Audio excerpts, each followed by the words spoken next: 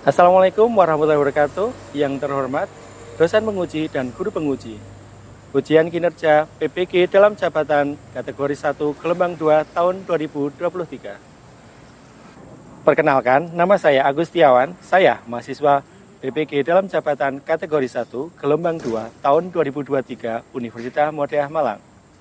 Pada hari ini, Senin 12 Juni 2023, saya akan menampilkan ujian kinerja di sekolah saya secara luring di SMK Kesdam 4 Diponegoro pada kelas 11 fase F, kebutuhan dasar manusia, cairan dan elektrolit. Metode pembelajaran yang akan saya lakukan menggunakan metode problem based learning. Berikut uji kinerja yang akan saya tampilkan. Selamat menyaksikan. Wassalamualaikum warahmatullahi wabarakatuh.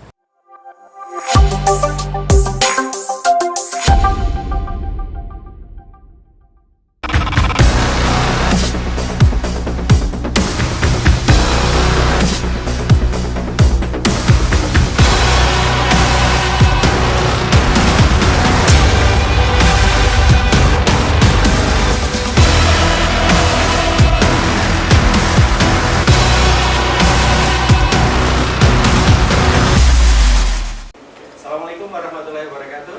Waalaikumsalam warahmatullahi wabarakatuh. Alhamdulillah kita ketemu lagi. Sebelumnya kita sudah mempelajari banyak hal. Namun sekarang akan saya cek terlebih dahulu semangatnya sebagai ciri khusus siswa SMK Kesdam itu seperti apa. Sudah hafal ya? Sudah? Oke. Semangat pagi. Pagi, luar biasa, tetap semangat. Baik.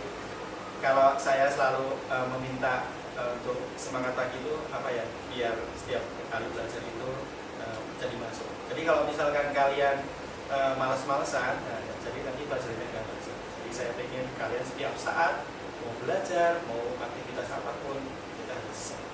Betul ya? Baik, selanjutnya sebelum saya mengawali pelajaran lebih detail, saya akan menyampaikan sedikit motivasi untuk kalian tetap semangat menghadapi setiap harinya beraktivitas, belajar, kemudian kegiatan di rumah atau di sekolah. Kalian tetap harus semangat agar melakukan segala sesuatu itu bisa menyenangkan, gitu ya. Baik, sebelum saya lebih lanjut, saya juga akan memimpin untuk berdoa. Silakan ketua kelas Mas Adi bisa dipimpin berdoa lebih dahulu. Silakan.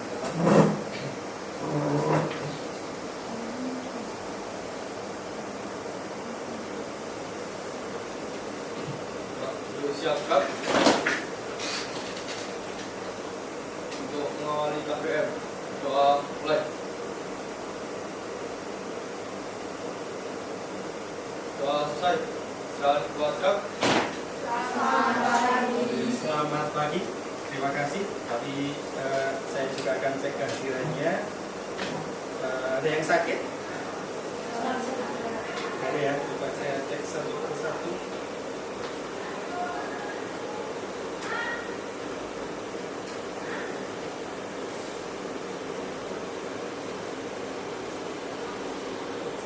Satu ya. Nadia Valda ada ya? Oke. Cindy Farah, Dwi Yuli, Claudia Jenny, Alicia, Julia Stefani, Rizky Ardianto, Haris Arfiansa, Anissa Safira, Wahyu Elza, Siti Ahnal, Olivia, Nova, Niti Sri Utama. Sudah terpanggil semua ya? Tidak ada yang sakit ya? Oh, ada satu yang belum ya? Erlinda. Oke. Berarti tidak ada yang sakit? Baik, kita selalu menjaga kesehatan. Jadi setiap harinya sehat-sehat terus ya. Baik. Selanjutnya saya akan menyampaikan materi pada pagi hari ini. Namun saya akan melakukan persepsi. Kira-kira kalian itu memperhatikan nggak di minggu-minggu sebelumnya ya? Hari ini kita akan belajar apa? Masih ingat? Lupa. Elsa, masih ingat kita akan belajar apa? Lupa juga? Oke. Mas Haris, ingat? Lupa juga. Baik. Hari ini saya akan menampilkan PowerPoint, silahkan diperhatikan.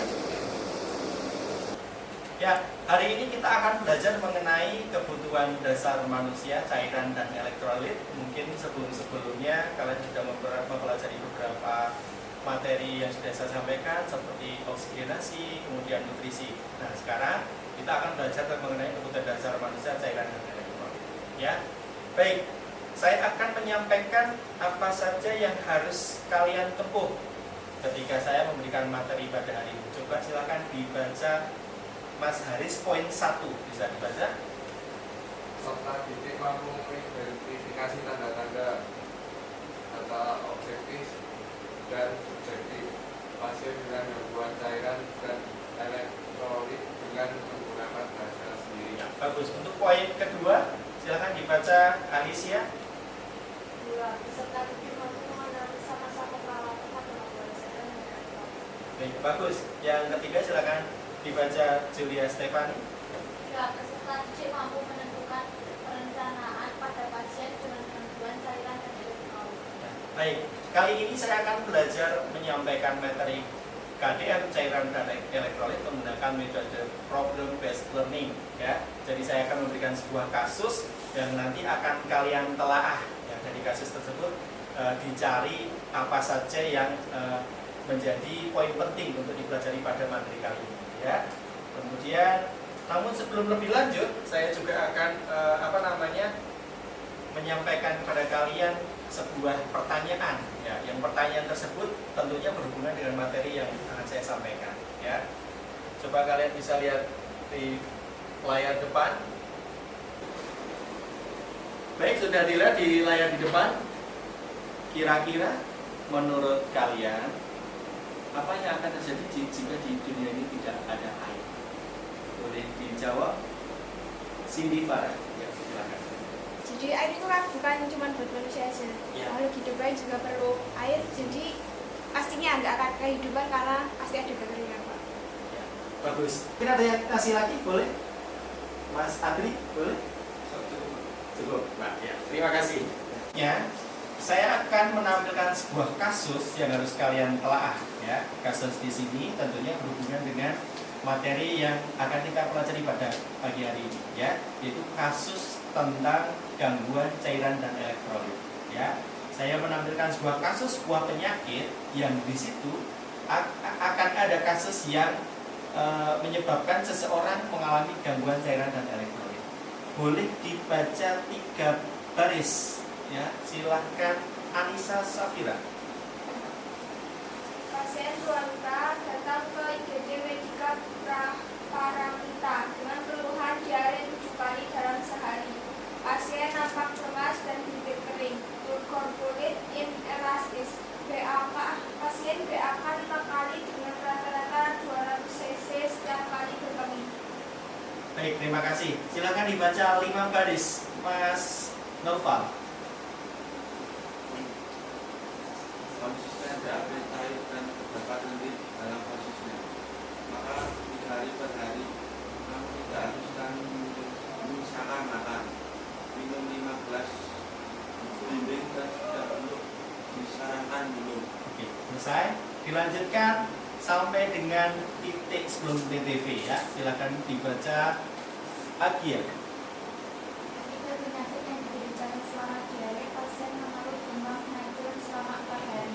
Muka pasien nampak merah seperti menahan panas yang dirasakan.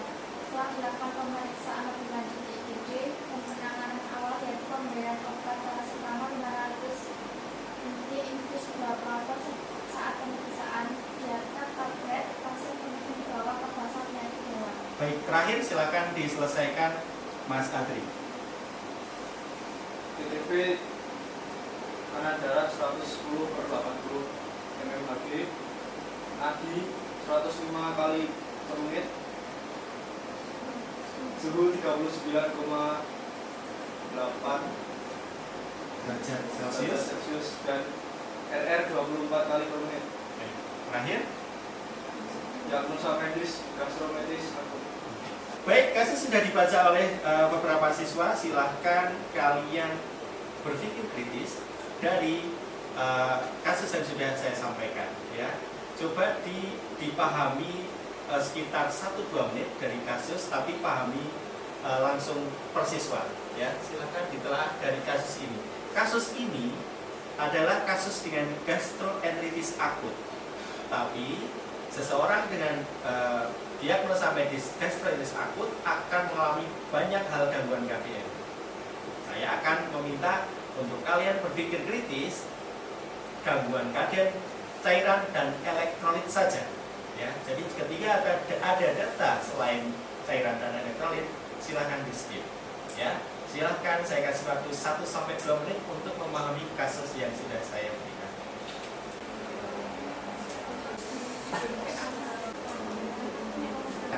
Tugasnya adalah yang pertama.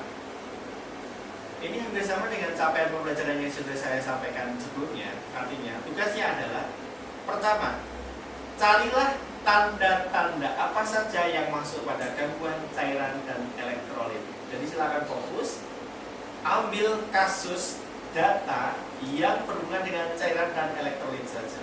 Ya, saya pernah mengajari materi-materi sebelumnya. Satu kasus saya minta nutrisi, tapi ternyata ada beberapa gangguan-gangguan yang lain.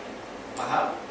Itu yang pertama. Yang kedua, masalah apa yang muncul pada gangguan cairan dan elektrolit. Bahasa masalah utama adalah diagnosa keperawatan. Ya. Untuk yang ketiga adalah apa rencana yang bisa kalian lakukan untuk mengatasi pasien dengan gangguan cairan dan elektrolit. Sudah paham sampai di sini? Ada yang perlu ditanyakan dari tugas yang saya berikan? Tidak. Baik. Selanjutnya, tugas yang harus kalian kerjakan adalah membuat PowerPoint atau media presentasi dari pertanyaan yang saya minta. Ya, silahkan gunakan media PowerPoint untuk mengerjakan tugas yang saya minta. Tapi kalian bisa memodifikasi menggunakan teknologi lainnya. Bisa menggunakan Canva atau mungkin CorelDRAW atau Adobe Photoshop boleh. Ya, nanti kamu pokoknya bisa memaparkan tugas itu dalam bentuk presentasi. Ya, sudah paham? Nanti akan saya bagi menjadi 3 kelompok, ya. Tapi biar adil, biar yang bagi ketua kelasnya saja. Ya, sudah paham? Ya, silakan ketua kelas maju ke depan untuk membagi anggota kelompoknya. Ya, baik Mas Andri, silakan dibagi kelompoknya. Untuk kelompok pertama ada Rizky Adrianto, Nadia Valda, Siti Farah, Yuli, Magda Jenny. Untuk kelompok kedua ada Haris, Alicia Fanya, Julia Stefani, Erlinda, Anissa Safira. Dan untuk kelompok ketiga ada Noval, Titis, Maulidia, Siti Afna, dan Wahyu Rosa. Baik, terima kasih. Mas, silakan kembali ke meja. Baik, kelompok sudah dibagi. Silakan kalian bergabung dengan satu meja dengan kelompok kalian masing-masing. Untuk yang pertama kelompok 1, kedua kelompok 2, ketiga kelompok 3. Silakan langsung bergabung.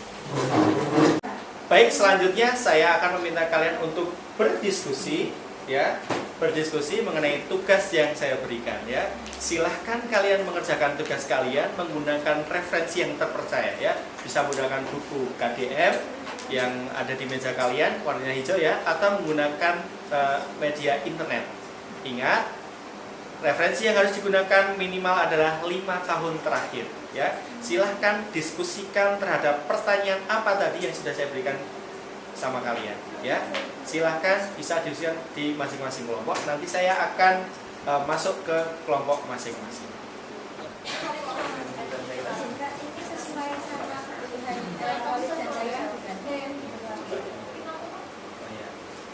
Jadi tadi sudah kasih materialnya. Nah, ini panduannya. Kalau PS itu rata-rata pakai ini, kemudian dipakai ini. Nah, ini dipaskan dengan kasus ini. Jangan sampai terbalik, ya. Jangan sampai ternyata kamu mengerjakan gangguan KDM yang lain. Oke, gitu ya. Ke kelompok yang lainnya.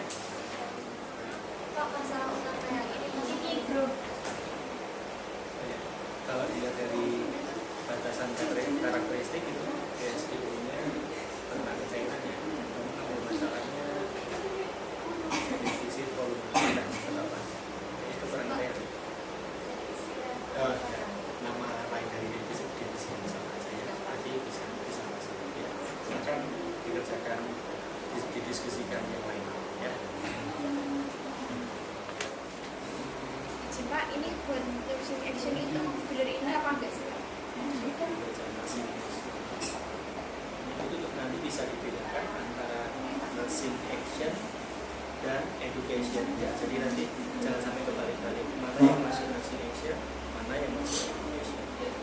education di sini adalah memberikan pendidikan.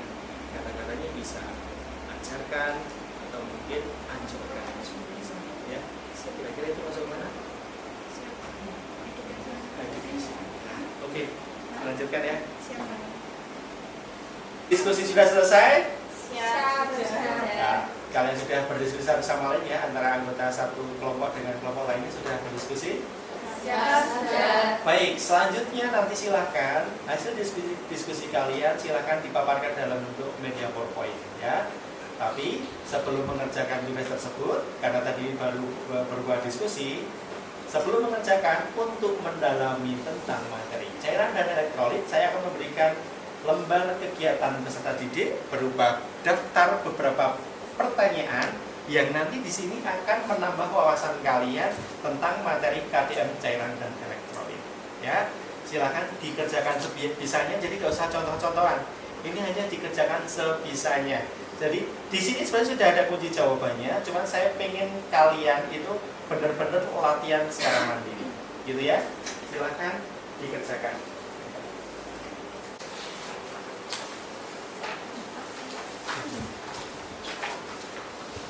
Ya, di situ ada beberapa paparan pertanyaan, ya ini ya, ada paparan informasi, ini ada definisi dari cairan dan elektrolit, kemudian ada kata kuncinya silakan dibaca. Pertanyaannya ada di halaman 9, ya, 9 dan 10. Kerjakan sebisanya, ya, di situ sudah ada petunjuk teknis cara membacanya, silahkan kalian bisa mengerjakan sebisanya. Jadi fungsinya di sini hanya untuk memperdalam materi, ya, tidak sebuah kompetisi atau ujian. Silahkan kerjakan sebisanya, ya. Yang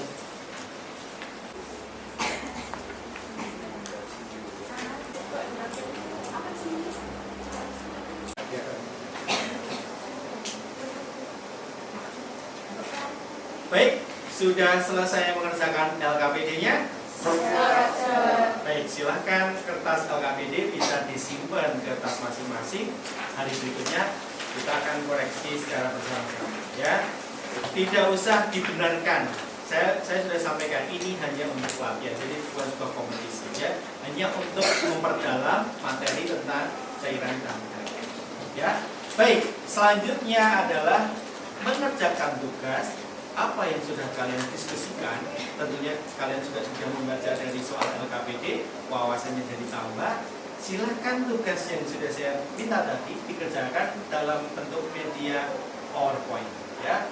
Silakan nanti saya akan follow up satu persatu di kelompoknya sudah dikerjakan apa belum. Kalau tadi kita diskusi, sekarang kita mengerjakan menggunakan media PowerPoint, ya. Silakan dikerjakan, nanti saya akan lihat ke meja kelompok masing-masing. Yang observasi kaji dari pasien, berkaji dimasukkan dan pengenalan cairan. Fungsinya satu observasi adrenalin dan mandashok, dua tiga tujuh pasien setiap hari. Tugasnya satu tujuh pasien yang atau Udah belum ini Pak? Udah. Jadi di bagian DSL itu ada pasien keluarga datang ke klinik di Karantina dengan keluhan biaya 7 kali karena DS itu yang Tadi medianya sudah terpercaya ya. Ini medianya bagus. Apa namanya? Slide dulu. Yang sudah secara menggunakan PowerPoint sudah tersedia. Baik, seluruh kelompok sudah selesai mengerjakan tugasnya? Baik, sudah selesai mengerjakan tugas. Habis ini kita akan memaparkan tugas yang sudah kalian kerjakan menggunakan media presentasi, ya. Presentasi kali ini saya akan menggunakan metode panel, ya. Jadi nanti saya akan memimpin presentasi. Kelompok 1 paparkan, kelompok 2 paparkan, kelompok 3 paparkan. Ketika sudah selesai memaparkan seluruh presentasi, baru saya akan buka sesi pertanyaan, ya. Nanti silakan kelompok 1 tanya ke kelompok 2 atau 3, 2 ke 1 3, 3 ke 1 dan 2 bebas, ya. Intinya semua presentasi terlebih dahulu, baru saya akan buka sesi pertanyaan. Ada pertanyaan? Baik, sudah semuanya. Silahkan saya akan pimpin kalian untuk mempresentasikan tugas kalian. silakan nanti yang pertama ada kelompok 1, dan nomor 2 adalah kelompok 2, dan yang ketiga adalah kelompok 3. Ya, silakan nanti presentasi sampai semua kelompok memaparkan hasil kerjanya. Setelah itu nanti saya buka sesi pertanyaan. Paham? Paham. Silakan untuk kelompok 1, silakan maju ke depan. Assalamualaikum warahmatullahi wabarakatuh. Waalaikumsalam warahmatullahi wabarakatuh. Selamat pagi semuanya. Perkenalkan, kami dari kelompok 1 yang beranggotakan Rizky Adianto, Adil Falda, Cindy Farah, Yuli, dan Laudia Jenny. Di sini kami akan memaparkan hasil kerja kelompok kami.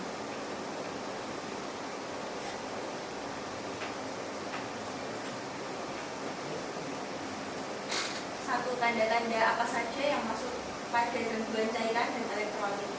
Klarifikasikan antara data subjektif dan data objektif dari tanda-tanda tersebut. Baik, untuk DSDO merupakan data yang dari pasien tersebut, yaitu misalkan pasien mengeluhkan atau pasien mengatakan. Di sini DS-nya ada 5. Yang pertama, pasien tuankan datang ke IGD Medika Paramita dengan keluhan diare 7 kali dalam sehari. Yang kedua, pasien BAK 5 kali dengan rata-rata 200 cc setiap kali bertemu. Yang ketiga, mengeluhkan demam naik turun selama 4 hari. Yang keempat, makan 3 kali per hari namun tidak habis dan menyisakan makan. Dan yang terakhir, minum 15 ml dan sudah untuk disarankan minum. Untuk GO yaitu data yang dapat kita amati dari pasien atau dari keluar pasien. Di sini DO ada 6. Ada pun DO yang pertama yaitu pasien nampak lemas dan bibir kering. Yang kedua ada tuberkulit inelastis. Yang ketiga, konsistensi BAB cair dan terdapat lendir dalam prosesnya. Yang keempat, pasien nampak merah seperti dan panas yang dirasakan.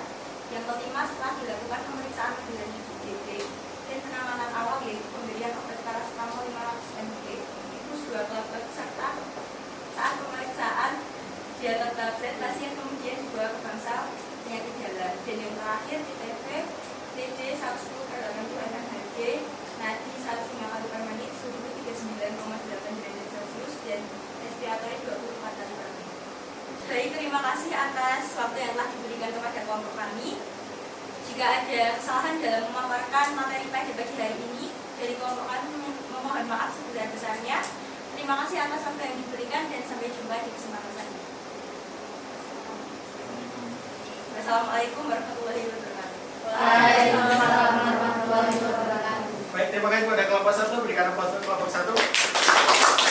Silakan kembali ke meja masing-masing. Kemudian kalian juga tadi bisa catat apa saja yang bisa kalian tanyakan kepada kelompok 1. Paham? Selanjutnya kepada kelompok 2, silahkan. Assalamualaikum warahmatullahi wabarakatuh. Waalaikumsalam warahmatullahi wabarakatuh.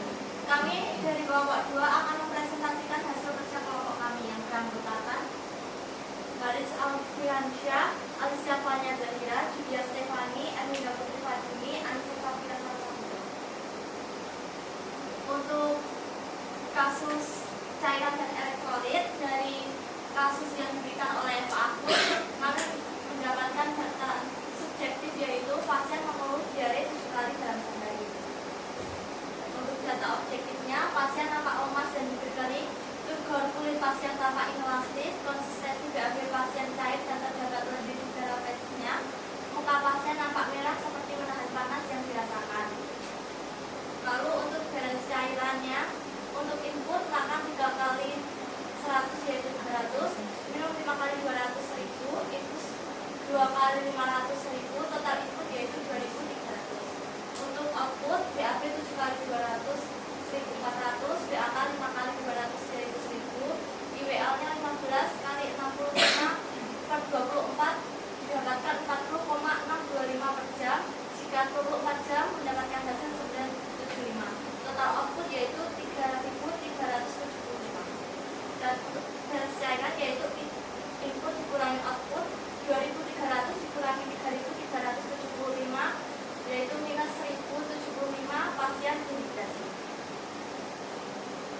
Dan untuk diagnosa keperawatannya yaitu defisien volume cairan berhubungan dengan kehilangan cairan aktif. Sekian dari kelompok kami. Bila ada kurang lebihnya mohon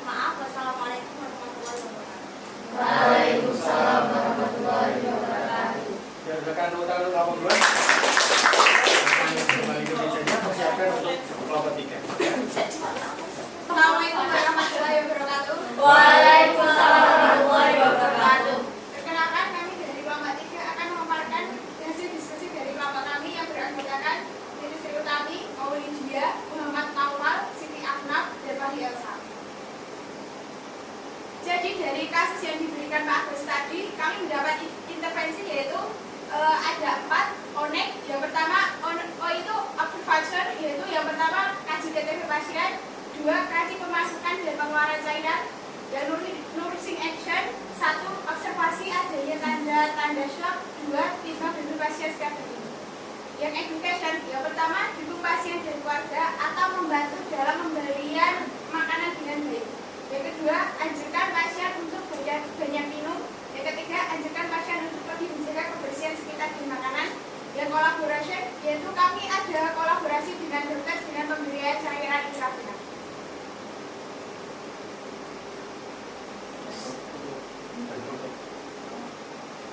Sekian dari presentasi kami. Apabila ada kesalahan kami mohon maaf karena kesempurnaan judul lagu Rizky Febian. Sekian dan terima kasih. Wassalamualaikum warahmatullahi wabarakatuh. Waalaikumsalam warahmatullahi wabarakatuh. Kembali ke tempatnya.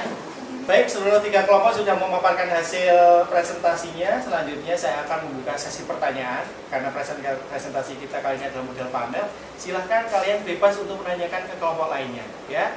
Silahkan nanti bisa kelompok 1 tanya kelompok 2 dan 3, 3, 1 dan 2 dan bebas. Nanti setiap kelompok bisa menanyakan ke kelompok yang lainnya. Paham? Siap. Izin Pak, izin bertanya. Saya mau bertanya kepada kelompok 2. Dari data DO kelompok 2 tadi, data yang pasien nampak merah apakah sudah sesuai dengan cairan?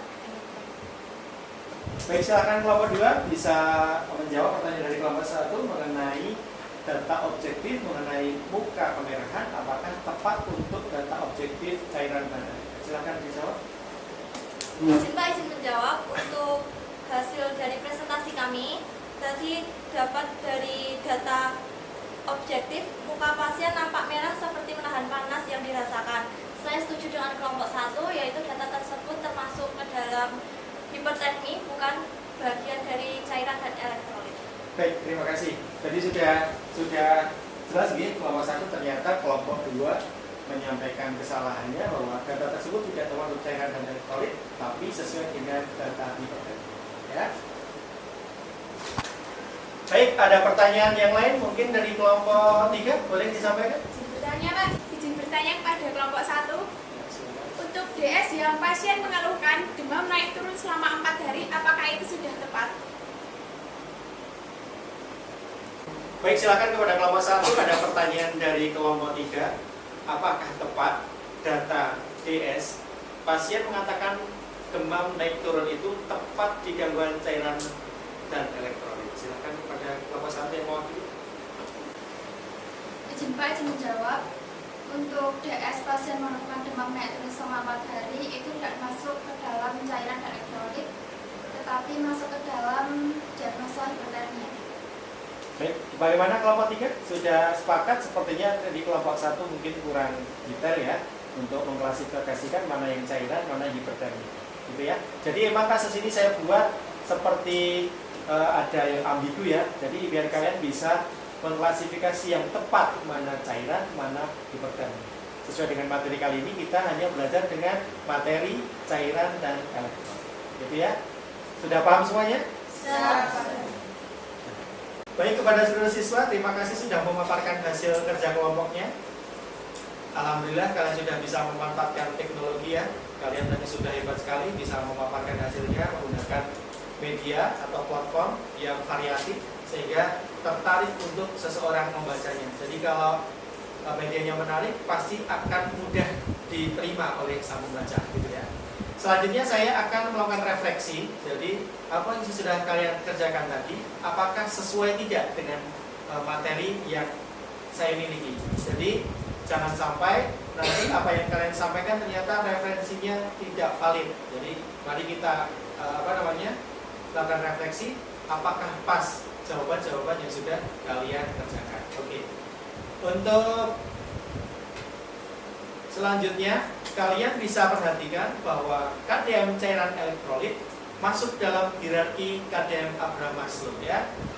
Cairan masuk ke dalam kebutuhan utama manusia bahkan makhluk hidup ya. Dia masuk kepada kebutuhan fisiologis piramida terbesar, yaitu masuk ke kebutuhan fisiologis atau biologis, ya. Bahasa Inggrisnya physiological needs. Jadi setiap manusia akan membutuhkan hierarki piramida terbesar dalam Abraham Maslow. Nah, kebutuhan cairan dan elektrolit hampir setara dengan kebutuhan fisiologis lainnya seperti nutrisi. Kemudian ada juga apa lagi selain cairan, oksigen dan lain sebagainya. Ya, jadi masuk ke dalam kebutuhan yang paling utama dalam piramida hierarki KDN Abraham Maslow. Ya, sambil kita cek kembali terhadap apa yang sudah kalian kerjakan tadi ya. Ada DSDO. Coba kita lihat DSDO, apakah sesuai atau belum? Ya, kita cek. Nah, dari DS yang batasan karakteristik sesuai teori, biasanya pasien akan menampilkan beberapa data subjektif. Di antaranya, pasien mengatakan nyeri saat buang air besar, pasien mengatakan BAB-nya cair, pasien mengatakan susah BAB sudah 3 hari, pasien mengatakan dehidrasi, pasien mengatakan badannya lemah, pasien mengatakan dalam seharinya hanya menghabiskan kurang dari 500 cc sekali minum, pasien mengatakan mual muntah, dan pasien mengatakan diare 7 kali dalam sehari.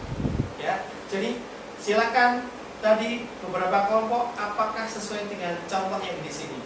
Kalau tidak sesuai, seperti tadi beberapa kelompok masih menunjukkan data subjektif di luar cairan dan elektrolit, malah fokus kepada data hipertermia. Ya, jadi silakan dipaskan kalau yang di cairan itu seperti apa itu harus disesuaikan. Ya, silakan dikoreksi. Tadi kelompok 3 sebelumnya jawabannya sudah rata-rata sudah benar. Kemudian kelompok 1 dan kelompok 2 masih ada beberapa DSDO yang tidak sesuai. Ya, tidak apa-apa, tidak salah tentunya untuk evaluasi ke depannya. Intinya kalian harus mengerjakan sesuai dengan gangguannya. Jadi kalau cairan hipertermia. Jadi saya memberikan kasus itu saya buat ambigu biar kamu bisa kritis mana yang masuk cairan, mana masuk yang kasus lainnya. Gitu ya. Selanjutnya tadi sepertinya hanya itu saja yang sekiranya kurang pas refleksinya. Selanjutnya saya akan menyampaikan apa yang dimaksud dengan analisis metafora, ya. Coba bisa perhatikan ke layar. Kita sudah mempelajari banyak hal tentang gangguan cairan dan elektron, ya. Setelah mengetahui fungsi cairan untuk manusia, bahkan makhluk hidup, bagaimanakah kalian memperlakukan air di setiap harinya? Coba silakan dijawab Alicia. Izin menjawab. Saya memperlakukan air di setiap harinya dengan cara menghemat air, terus saya menggunakannya sesuai dengan kebutuhan dan tidak membuang-buang air atau menyia-nyiakannya. Baik, terima kasih jawaban dari Alicia, cukup memuaskan ya. Bisa menghemat air, kemudian tidak membuang-buang air dan menggunakan air sesuai dengan kebutuhan. Ada lagi yang bisa menjawab? Silahkan Mas Naufal. Pak, menjawab menjaga kebersihan air dan tidak mencemari air. Terima kasih kepada seluruh siswa, ternyata sudah memperhatikan ya. Kalian bisa melakukan analisis metafora disesuaikan dengan kehidupan sehari-hari. Jadi materi kita yang saya sampaikan barusan kita terapkan dalam kehidupan sehari-hari, menghasilkan jawaban-jawaban tadi yang bisa dicerna dalam kehidupan sehari-hari. Selanjutnya saya akan melakukan evaluasi penilaian. Nah, tapi evaluasi kali ini saya akan menggunakan media permainan online yang nanti ketika kamu mengisi akan menyenangkan ya. Silakan gunakan handphone untuk mengerjakan soal yang akan saya berikan. Silakan HP-nya dikeluarkan.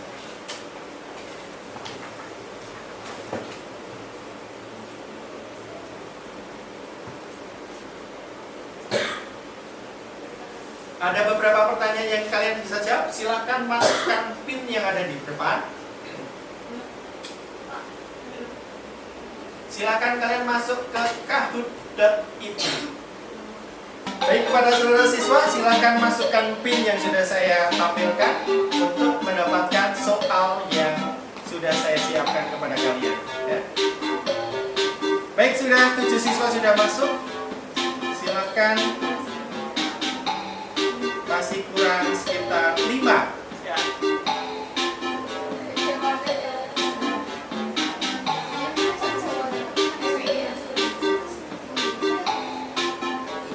Masih kurang 3 siswa. Julia Stefani sebagai macan ya. Naufal ini nggak tahu ini sebagai penyelam ya.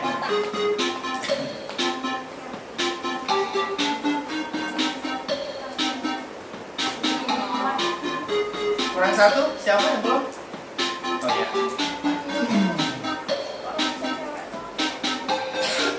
Ya, sudah masuk ya. Jadi ya, mari kita mulai.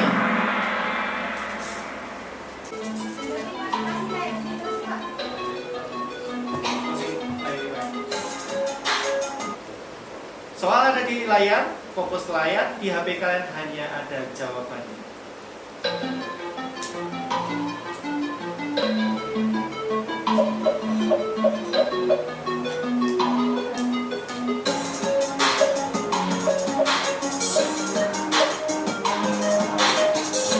Ya, bisa disusun.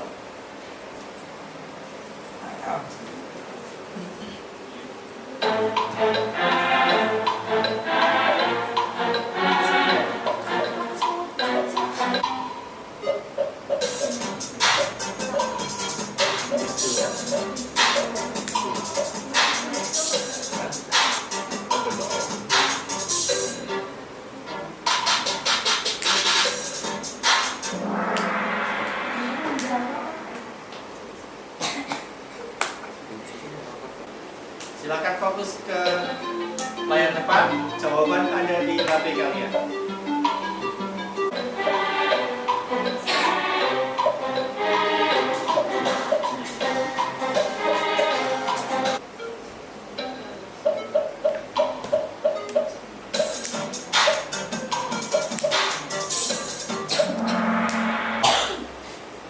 Baik, pertanyaan terakhir ya. Siapa nanti yang akan menjadi pemenangnya? Bisa perhatikan pertanyaan terakhir ya.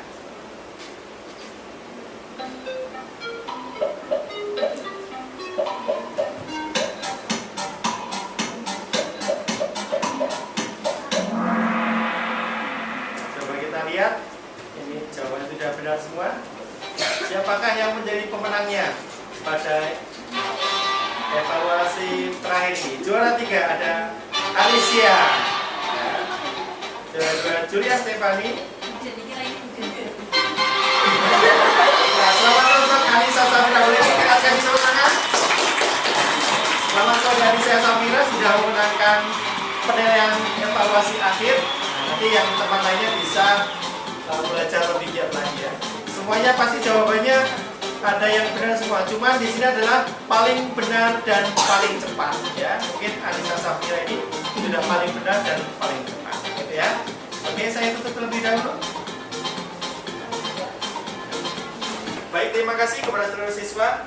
Alhamdulillah seluruh rangkaian pembelajaran pada hari ini cukup sekian. Selanjutnya saya akan menyampaikan materi di minggu depan, yaitu tentang kebutuhan dasar manusia, istirahat dan tidur ya.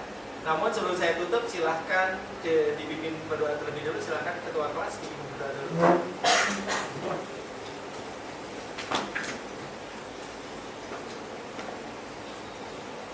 Duduk siap, Kak. Untuk mengakhiri KPM, doa mulai. Doa selesai. Istirahat di tempat, Kak. Baik, sebelum saya tutup, saya selalu memberikan motivasi kepada kalian untuk selalu semangat dan bisa memanfaatkan waktu sebaik mungkin untuk belajar, beribadah, baik kegiatan di rumah maupun di sekolah. Semoga yang saya berikan bermanfaat. Saya akhiri. Assalamualaikum warahmatullahi wabarakatuh. Waalaikumsalam warahmatullahi wabarakatuh. SMK Kesdam. Siap, siaga.